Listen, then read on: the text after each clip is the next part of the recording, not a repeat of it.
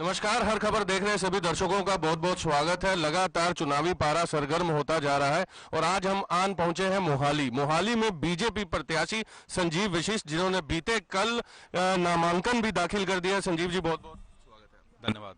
संजीव जी, सबसे पहला प्रश्न, मौजूदा 3 बार से विधायक रहे बलबीर सिद्धू, क्या समझते हैं कि क्या उन्हें प्रतिद्वंदी के तौर पर आप कैसे ले रहे हैं? तीसरे नंबर पे आएंगे जी। बलबीर सिद्धू तो कहते हैं कि मोहाली में इस समय विकास जो है उसका परचम मैंने लहराया और यहाँ पर पीक पर है विकास। उनको पता लग जाएगा 10 मार्च को कि पीक पे है कि कहाँ पर है। उन्होंने उन्होंने उन्होंने जितना भी यहाँ पे विकास किया है वो सिर्फ यहाँ पर फाउंडेशन स्टोन लगाने का किया है। एक भी प्रोजेक्ट बताइए जो बलबीर सिद्धू जी ने यहाँ के विधायक रहते हुए पिछले 15 सालों में लगाया हो। तो ये जितनी बातें हैं ये लोगों को भरमाने की हैं, लोग अच्छी तरह से जानते हैं। आने वाले 10 मार्च को जब नतीजे आएंगे तो उनको पता लगेगा कि उनके विकास की हवा कैसे निकली। बात करते हैं बार बार, क्योंकि मैं सवाल उनका इसलिए ले रहा हूं क्योंकि मौजूदा विधायक भी हैं और उनका कहना है कि इस समय जो मोहाली में सड़कों का नवीनीकरण हो, इंडस्ट्रियलाइजेशन का उत्थान हो, वो सभी मेरे कार्यकाल में हुआ है और अब मेरा स्वप्न है कि यहाँ पर मैंने मेडिकल जोन बनाना है, यहाँ पर मेडिकल कॉलेज होंगे, एलोपैथिक होगा, आयुर्वेदिक होगा, और उनका ये स्वप्न है। स्वप्न की बात ऐसे है जी, जो मेडिकल कॉलेज की वो बात कर रहे हैं वो 1 साल पहले सेंट्रल गवर्नमेंट ने अप्रूव किया था और 1 साल उन्होंने उस मेडिकल कॉलेज के लिए कुछ नहीं किया। जब ये इलेक्शन के अनाउंस डेट होने वाली थी 2 दिन पहले जल्दी में फाउंडेशन स्टोन लगा दिया। कथनी और करनी में फ़र्क है। उनके अंदर विल नहीं थी। 5 साल में उन्होंने, अगर उनके अंदर विल होती तो यहाँ का विकास होता। ईएसआई अस्पताल मोहाली के हालात आप देख सकते हैं। वो हेल्थ मिनिस्टर थे और वहाँ पर सिर्फ पेशेंट्स को चंडीगढ़ या और अस्पतालों के लिए रेफ़र किया जाता था। यही हालात 6 फेज़ के अस्पताल का था और आपको जब रिजल्ट आएगा तो पता लगेगा कि उनका राइट है ये सब बातें बोलना जो वो बोल रहे हैं, पर लोग उनसे बहुत नाराज़ हैं और हो सकता है 3 से भी नीचे ना चले जाएं। आम आदमी पार्टी के प्रत्याशी कुलवंत सिंह का कहना है कि आम आदमी पार्टी की पंजाब में सरकार बन रही है और मोहाली में मैं कम से कम नहीं तो 20,000 से ज्यादा मतों से जीतूंगा और मोहाली में मैं तो केवल सिर्फ और सिर्फ सेवा भाव से आया हूं क्योंकि मुझे भगवान का दिया बहुत कुछ।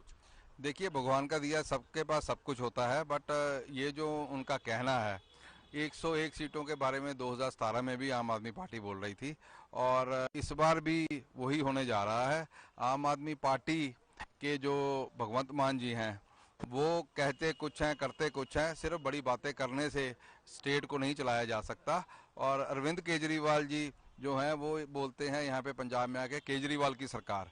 तो अगर आम आदमी की सरकार बनने वाली है, भगवंत मान को मुख्यमंत्री उन्होंने अपना चेहरा बनाया है, तो उनको भगवंत की बोलना चाहिए या आम आदमी पार्टी की सरकार बोलना चाहिए?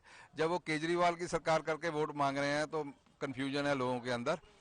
पिछले 1 हफ्ते से 10 दिन से ग्राफ काफ़ी नीचे आया आम आदमी पार्टी का और जब रिजल्ट आएंगे तो देखिए, एक बड़ी स्पष्ट सी बात है, 4-5 कोने का मुकाबला होने जा रहा है और 20,000 से अगर वो ये बात सोचते हैं कि जीतेंगे तो शायद बहुत ज़्यादा अति उत्साह में है। हर बार 2017 तक बीजेपी श्रोमणी अकाली दल मिलकर कर चुनाव लड़ती थी। इस बार आपके प्रतिद्वंदी के तौर पर परमिंदर सिंह सोहाना भी आपके सामने हैं और क्या लगता है कि मोहाली के मतदाता श्रोमणी अकाली दल और बीजेपी को जहां 2017 तक मतदान करते आए हैं, इस बार दोनों अलग अलग आमने सामने हैं, तो क्या लगता है कि कितना असर रहेगा? देखिए जी, मेरे अपना आकलन है कि श्रोमणी अकाली दल को 20 से 22,000 वोट डलेगी और उससे जीता नहीं जा सकता। संयुक्त संघर्ष मोर्चा की बात करें तो उन्होंने भी एक युवा यहाँ पर उतारा है, बराड़, रवनीत सिंह बराड़, जो चुनावी इस समय अपनी चुनाव प्रचार प्रसार कर रहे हैं। तो क्या लगता है संजीव जी कि इस बार किसान भी सामने आपके प्रतिद्वंदी के तौर पर संपूर्ण पंजाब में? देखिए, लोगों को अगर सबसे ज़्यादा आज के समय में गुस्सा है तो वो संयुक्त किसान मोर्चा के साथ है, क्योंकि उन्होंने, हम तो पहले दिन से बोलते थे जब ये आंदोलन शुरू हुआ कि ये राजनीति से प्रेरित राजनीतिक लोगों द्वारा ये आंदोलन चलाया जा रहा है। इसके अंदर शायद वो उतनी बात नहीं है, ये पॉलिटिकल विरोध है। इन लोगों ने इलेक्शन में आकर इस चीज़ को प्रूव कर दिया। पंजाब की जनता समझदार है, इनको इनका रिजल्ट भी पता चल जाए। मोहाली के लोग बार बार सिटी बस सर्विस की बात कर रहे हैं, काफी समय से लंबित है। कभी नगर काउंसिल के पटल पर लाते हैं लेकिन उसे एग्जीक्यूट नहीं कर पाते। संजीव वशिष्ठ क्या अगर बीजेपी से चुनाव जीत कर विधानसभा का, तो ये इसका हल कब लोग समझ पाएंगे उसे? देखिए, बड़ी स्पष्ट सी बात है जी, 5 साल में यहाँ के विधायक ने कुछ नहीं किया।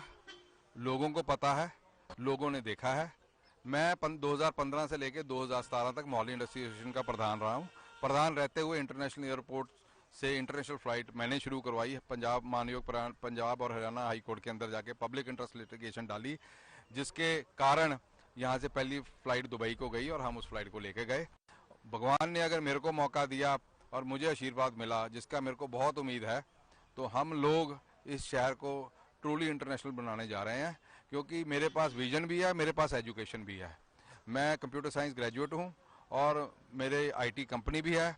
मैं शुरू से मोहाली के विकास के लिए जहां पे भी जो हो सका वो किया है, और उस विजन के साथ चाहे यहाँ पर हेल्थ इंफ्रास्ट्रक्चर को इम्प्रूव करना पड़े, चाहे यहाँ पर जो वेस्ट डिस्पोजल है उसके लिए कुछ करना पड़े, चाहे यहाँ पर जो नीड बेस्ड पॉलिसी है उसके लिए कुछ करना पड़े, और चाहे उसके लिए प्रॉपर्टी टैक्स को ख़त्म करना पड़े, जो जो चीज़ करनी पड़ेगी हम लोग करेंगे और मोहाली को एक सही मायने में इंटरनेशनल सिटी बनाएंगे। क्योंकि पंजाब नहीं, पूरे हिंदुस्तान में मोस्ट प्लान्ड सिटी अगर कोई है तो ये हमारा मोहाली है पंजाब के अंदर, और इसको हम बहुत आगे लेके जा सकते हैं। जो पहला काम मैं करने जा रहा हूँ, अगर मुझे मौका मिल गया, तो हम मोहाली इंटरनेशनल एयरपोर्ट को बायलैटरल्स में डालेंगे, जिससे कि यूरोप, नॉर्थ अमेरिका और बाकी जगह डायरेक्ट फ्लाइट्स जा सकें, जिसके कारण जैसे ही ये होगा यहाँ पे जॉब जनरेशन और बाकी सारी चीजें अपने आप होनी शुरू हो जाएंगी। नवजोत सिंह सिद्धू कहते हैं मोहाली को सिलिकॉन वैली बना दूंगा। नवजोत भाई को तो खुद नहीं पता कि उन्होंने किस वक्त क्या बोलना है। अभी पीछे हमारी बहन, उनकी बहन का प्रेस इंटरव्यू सुना, बड़ा दुख लगा। मैं उनको बोलूंगा कि अपने घर को पहले ठीक करें, फिर बाकी चीजों की बात करें। सवाल बहुत है। अब आखिरी मतदाता के लिए क्या संदेश है संजीव भाई, और अगली बार आपसे फिर मुलाकात होगी? मतदाता के लिए सिर्फ एक संदेश है, चुनाव एक उत्सव है, इस उत्सव को मनाओ।